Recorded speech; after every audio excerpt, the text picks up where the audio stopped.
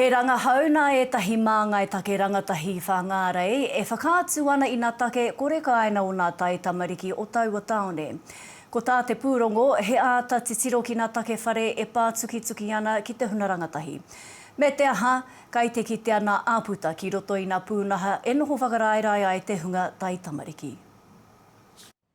E ai ki ngā kaimahi rangatahi i Whangārei, kai te piki haere te noho tautau hea, me te kāinga kore a te hunga rangatahi. So young people living in cars, young people creating shacks in public places so they could have somewhere to sleep for the night. Young people couch surfing, young people being in really, really unsafe spaces but with nowhere else to go.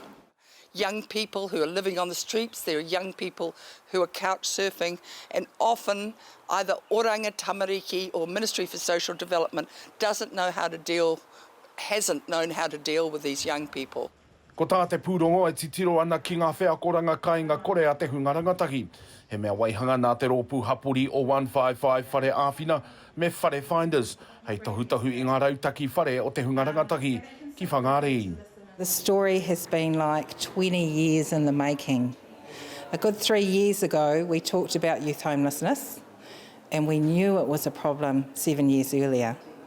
Today, we've finally got the stories from Tai Tamariki that are very sad and make us all very mamai, but very real.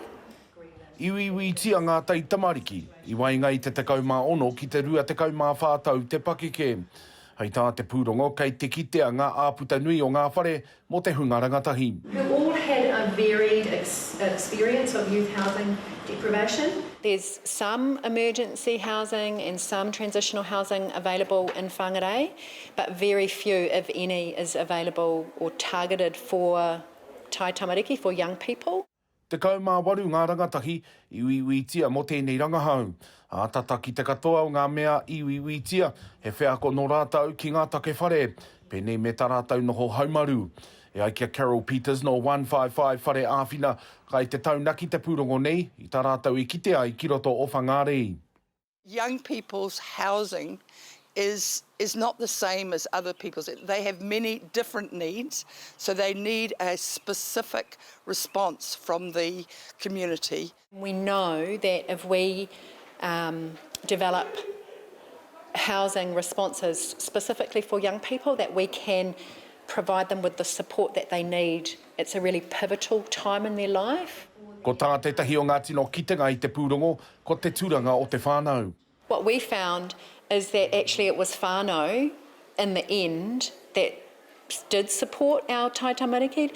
It wasn't services, it was finding the right auntie or the right cousin, or they eventually got to be with their grandparents. I whakapātu mātau kia oranga tamariki me te manatū whakahia to ora. Hei tā oranga tamariki kei te ngākai nui rātau kia noho haumaru ai ngā tamariki noho whatitata.